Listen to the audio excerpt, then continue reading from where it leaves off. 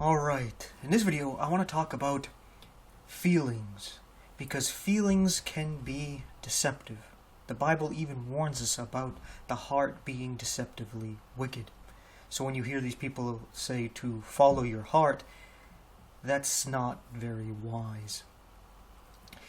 And the reason why I want to bring up this video is because this morning I watched this 15-minute video from End Times Production about this guy, Jacob something. And he was somebody in the military who apparently had some clearance to deal with UFOs. And he said when he came near one of these UFOs, he was possessed with this spirit, and he felt this great love, but also this sadness. And he was saying things about this spirit even leads him this day. And by the end of the video, he was mentioning something about know them by their fruits. And I recently did a video about fruit inspecting and how it actually has to do with your words. And his words reveal the fruit, right?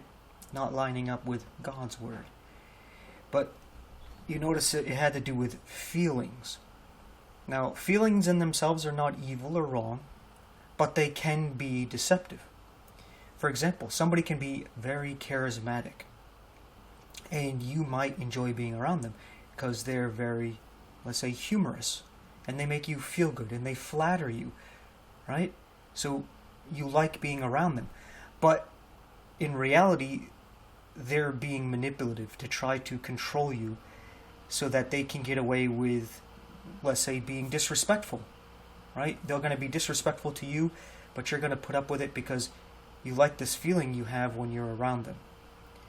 Or they're going to do other mischievous things, let's say at work, and you're not going to say anything about it because you like them there because they make work more enjoyable, right? So you see, your feelings get in the way of the facts and in the way of morality in an instance like that. And it got me thinking about my relationship with God, and I was like, there's not a whole lot of feelings, right? It's more about knowing when it comes to my relationship with God, where I don't have to feel anything to know that God loves me and that He's there and that He guts my back.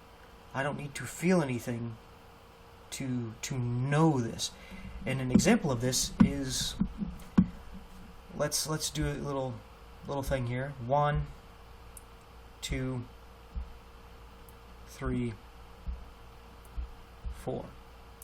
Now, we know that 1, 2, 3, 4, they're numbers and they go in order. You start with 1, and then you add another one for 2, another one for 3, another one for 4, right? There's no feelings involved here, but you know this is the truth. If you feel otherwise, you are wrong, right? And we can do this with, this dot is going to represent anything you want it to be. It can be an apple, it can be a person, it can be a rock, it can be an idea, right? And then over here, you know, that's 2 of them. Over here, you have 3 of them.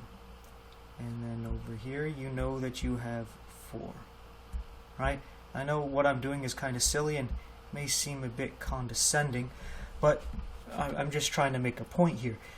There's no feelings involved here, right? You see this, so when you come across a math equation that says 2 plus 2 equals 4, well, you can test that out, right? Because you can have your 2 dots, right?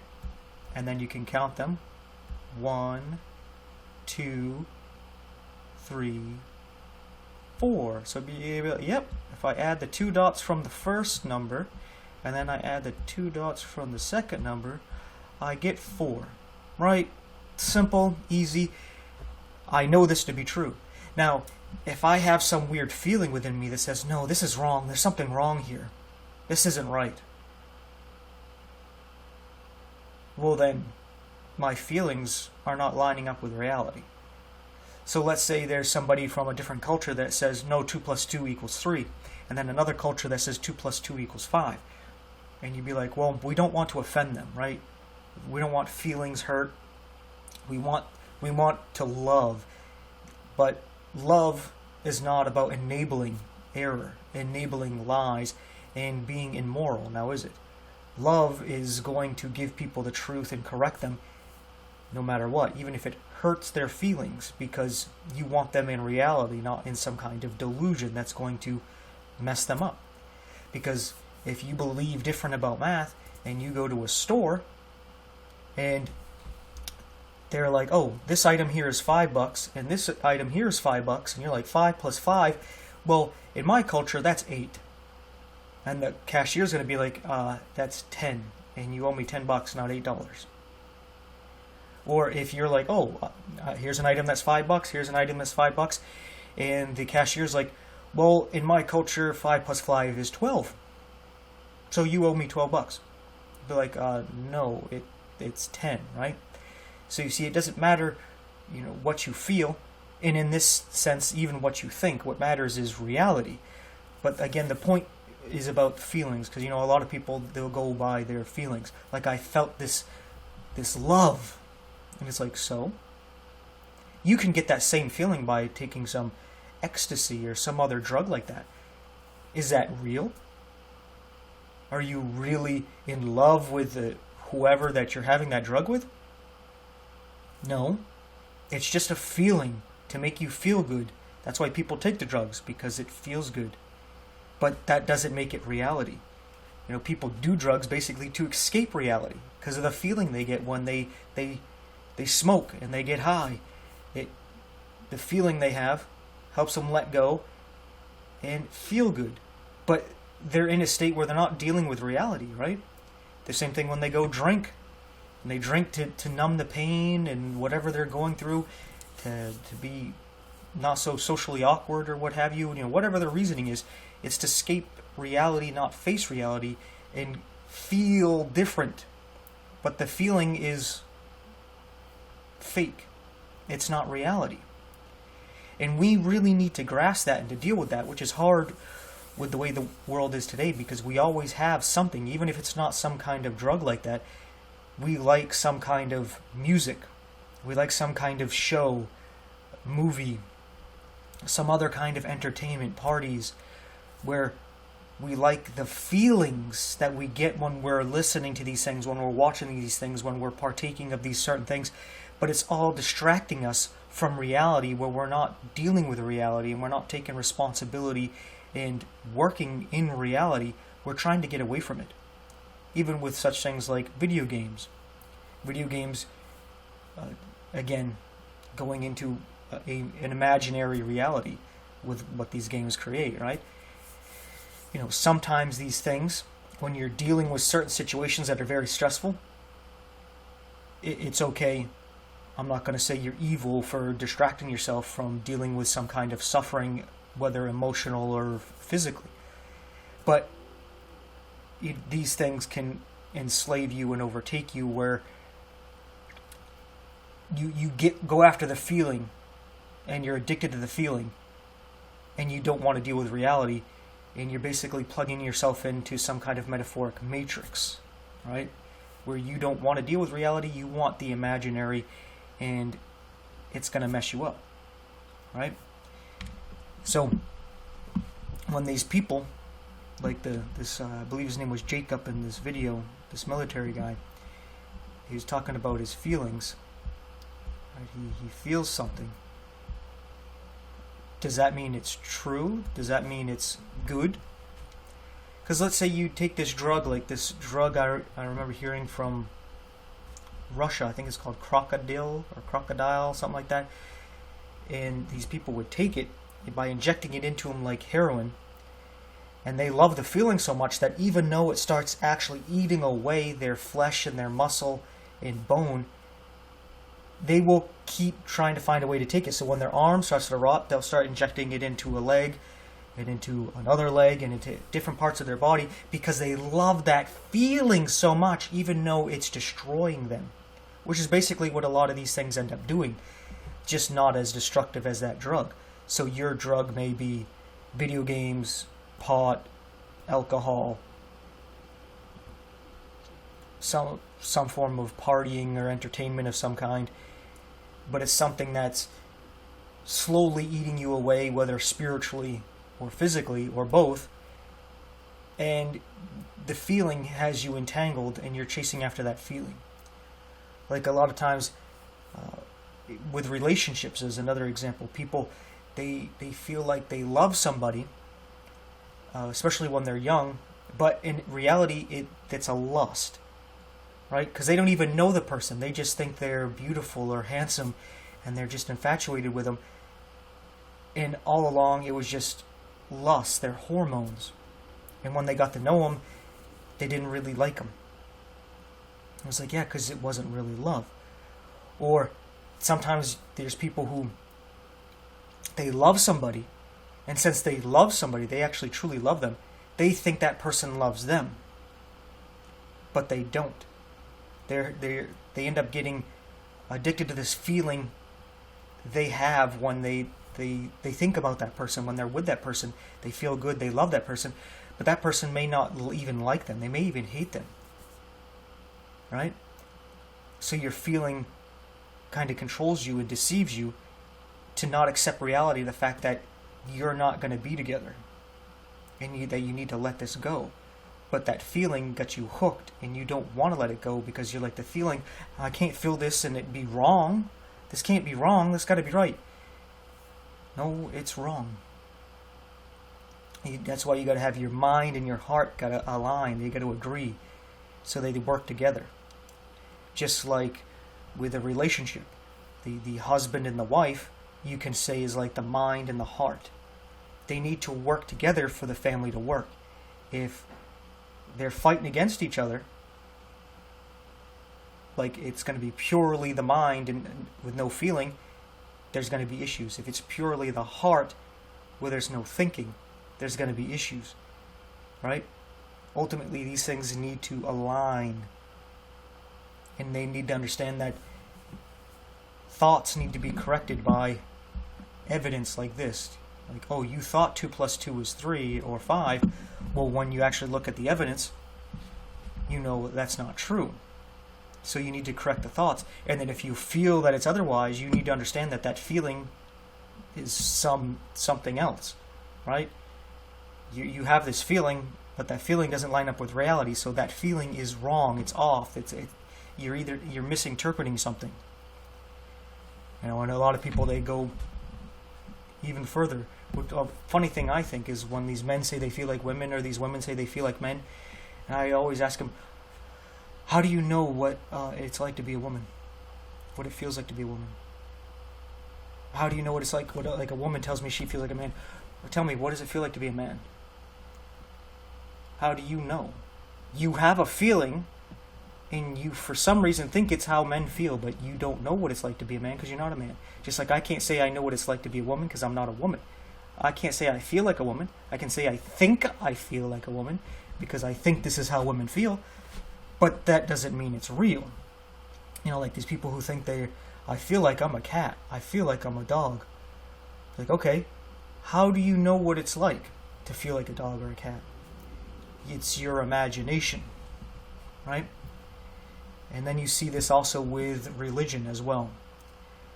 Like I hear these stories about, usually from Catholics, where they're like, oh, I went to a service and I felt the presence of God, and I felt cleansed and forgiven when I partook of the Eucharist. I felt the feelings. And it was just like, okay, that doesn't mean it's true, right? Just because you feel things. There's Muslims who say that they feel things, and the Buddhists and the Hindus, that they have these feelings when they do their rituals and their practices. So what? So do the Satanists and the Luciferians have their feelings when they're doing their stuff, right? Along with these Wiccans and voodoo practitioners and all that other stuff. They got their feelings. That doesn't make it true. And as I thought about it, I was like, you know what? When I actually came to the gospel to the point where I actually understood it and where I accepted it, the only feeling I had was an epiphany of, I'm a sinner, I deserve hell. I don't deserve heaven. And there's nothing I can do to change this. I can't wash away my sins by not sinning. I can't change the fact that I want to sin and that I enjoy sinning. And I can't change my intentions where I want to save myself from hell and earn heaven. I can't force myself to love God and love my fellow man. That's not my true motive. And I know this is wrong, and I want to change this, but I can't. I can't save myself. And the epiphany was, God saved me. He loves me, and He lived that perfect life that I couldn't live to trade it for my life, so that I can give up my righteousness to Him, and He would take the punishment for my condemnation, and I would get His righteousness in exchange, so that I can't be condemned, because everything that I've ever done and will do is on Jesus, and everything that He deserves has been freely given to me. And it wasn't a feeling, it was a knowing. Like, I know this to be true. I know it. And that epiphany was just a quick thing of like, whoa, this is the truth. Like, kind of like waking up. You have a quick feeling of like, okay, I'm awake, and then everything's kind of stable and normal, right? Okay, I woke up, here I am, and that feeling's gone, right? And it's pretty quick. And then you know that you're awake. And you don't have a feeling that you're awake, you know that you're awake, right? So, I was thinking about that, and I was like, yeah, I didn't have this tremendous guilt and shame of my sin. It was more of like, I know what I've done is wrong, and I deserve to be punished for it. I don't deserve any kind of reward. And it was like, I knew these things to be true. It wasn't like crying about the things that I've said and done that are against God, against my fellow man. It was like, no, this is wrong, and I should be punished for it. And I understand the severity of the things, and that death and hell line up with what I've done. And it was an accepting of it. It was an accepting of the truth. It wasn't a feeling of anything. Like these people talk about, oh yeah, these Christians, they both claim to believe and be saved, but one of them sins and they don't feel bad about it. And this other one, they cry about it. And they're like, yeah, see, the one that actually is crying about it is the true Christian. No. If they both truly believe they're both saved, even if one of them feels sorry about their sin and the other one does. If one feels sorry, the other one doesn't matter. It's not about your feelings. Your feelings don't determine anything. We even have Esau, who sought repentance with tears, but didn't get it. Right? Because he already rejected everything. So it doesn't matter if you feel sorry about it. It's the same way when we are judged, and if you've rejected Jesus Christ, and you're crying about your sin on judgment, and you're sorry about your sin now that you're going to have to face death and hell, doesn't change anything. And then the people who are forgiven, they're not going to feel sorry at all for their sins. They've been washed away, and they know they've been washed away. But they're the ones saved, but the ones crying about their sins are the ones that are lost. So you see that these feelings, or lack of feelings, doesn't prove anything. It just proves that there's feelings going on. But you don't know if somebody is crying because they truly feel sorry about their sin, or if they're crying because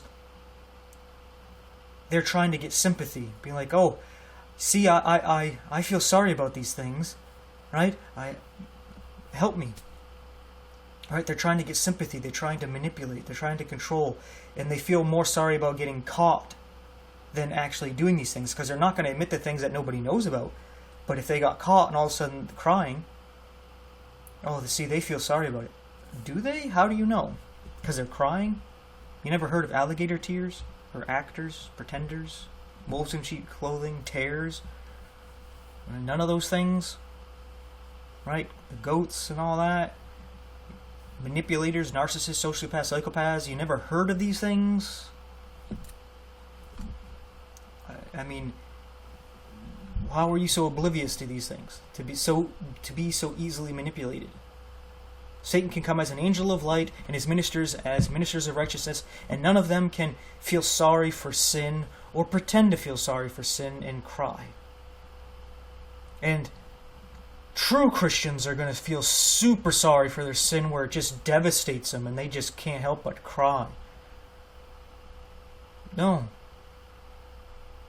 I know the things I've done and said are horrible, but I also know that that's already been paid for, so I have no guilt or remorse for it. And then there's times where, even still, I'll sin. And I know it's wrong. I know I shouldn't have said or done it. And I know I need to work on it. But I don't feel sorry about it because I know it's already been paid for.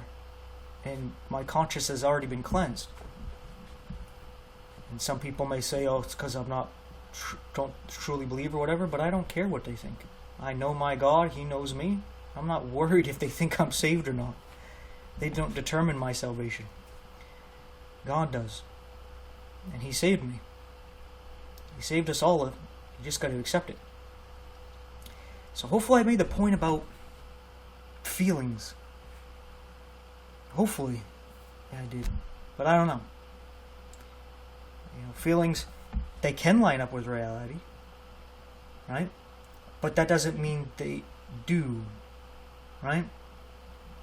Because there's times, another example, where feelings would come into play here, and they can manipulate you, is when somebody tries to, they do a thing called gossiping, or I want to say they plant rumors that they probably know, or they do know, are actually lies. So for an example, like somebody doesn't like your relationship. They see that you guys are happy, right? So somebody who's supposed to be a friend of yours or the friend of your significant other, they start talking to you and they start planting this BS in your head saying, oh, I saw them hanging out with so-and-so and they were like rubbing and kissing and this stuff. Like they say some lies like, oh, I think there might be something up there and all this, you should be suspicious of it. And then what happens? Well, sometimes you can be like, well, I'm not worried about it, but then there's times where that feeling comes out. What if they really are doing this and they're stabbing me in the back? This feeling of pain and getting backstabbed and humiliated. Sometimes that feeling, even though nothing happened, you just imagined that this is true. All of a sudden that feeling gets you to act in a way where when you see your significant other, you start chewing them out as if they did something they never did. And then that there can be what ruins the relationship, because you start accusing them of all these things because somebody snuck in and planted ideas into your heart to get you to imagine these things that would create these feelings that would then destroy the reality. Right? Your reality, the truth, was destroyed by these feelings that are actually come from a lie. They're lying. Kind of like when we worry about the future and we're sitting there in this fear, and a lot of times it's like 99% of the things we worry about never actually happen. Right? They never actually happen. But it's that fear of it that like cripples us.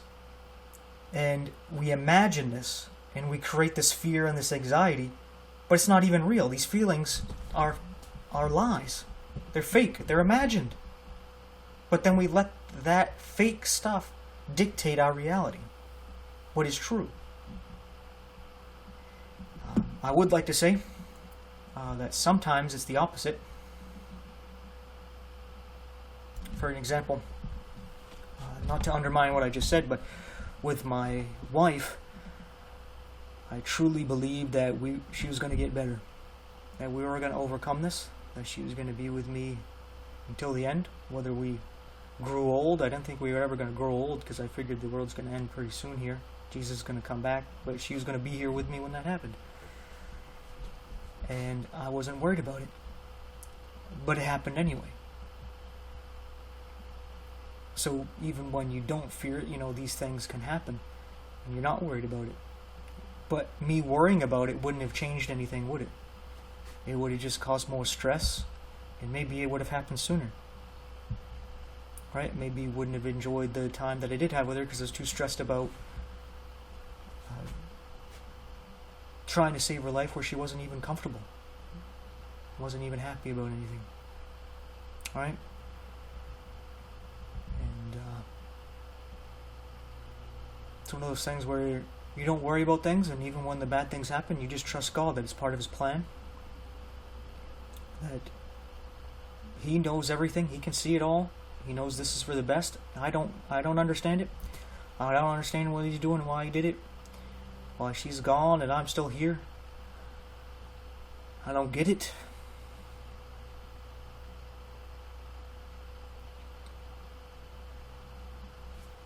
But I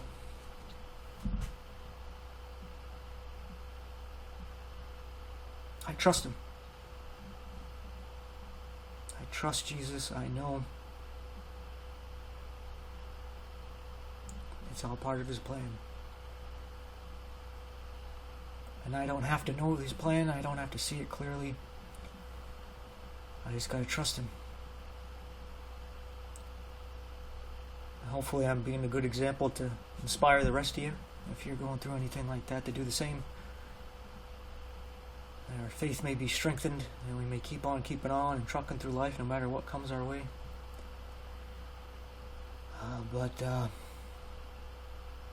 Yeah.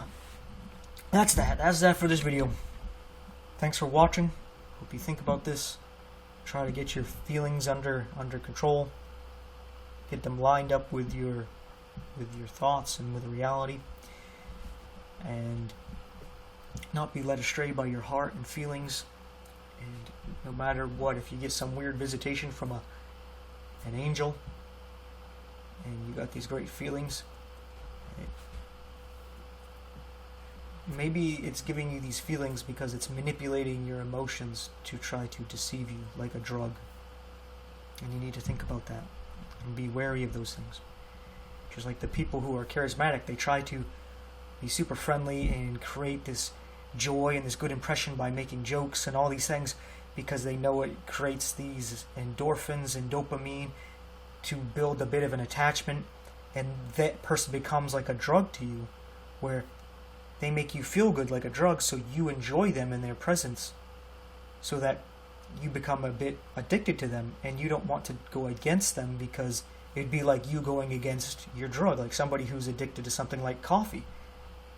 They're not going to say bad things about coffee and turn on coffee even if they have issues with caffeine that is causing heart problems or something else.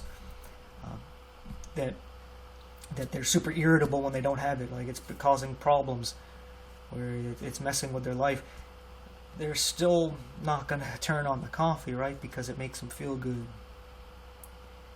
So these people who manipulate emotions and do these things, not always the best people, even though you feel like they are. So, thanks for watching. Take care. Please support. Watching all the way through helps. Commenting helps. Draw attention to the video. Giving a thumbs up. Subscribing, hit the bell icon. Sharing the video. All that stuff helps. And if you can and you're able, you don't have to. God's going to supply one way or another. If you are able and you want to financially support, there's ways to do so in the description below. That would be greatly appreciated. But all in all, it doesn't matter if you do or don't. It doesn't make you an evil person or a good person if you do. I don't know if you'll be rewarded for it if you do or not. So I'm not going to try to manipulate that kind of thing. It's just if you want to help, you like what I'm doing here, you see that I'm fighting that spiritual fight that's done with words to win over the hearts and minds of people, and you want to help, that's one way you can do so. I'd like to really state that it's not something that you have to do, because it's weird that I get some comments as if I'm selling the gospel. And it's like, well, how much did you pay me to listen to my videos? Because I didn't get the check. Who'd you send it to? Right? Because I didn't get it. Matter of fact, it's like, rewrite it out for me, would you? How much was it? But anyway, joking aside, thanks again for watching. Take care and stay tuned for the next one.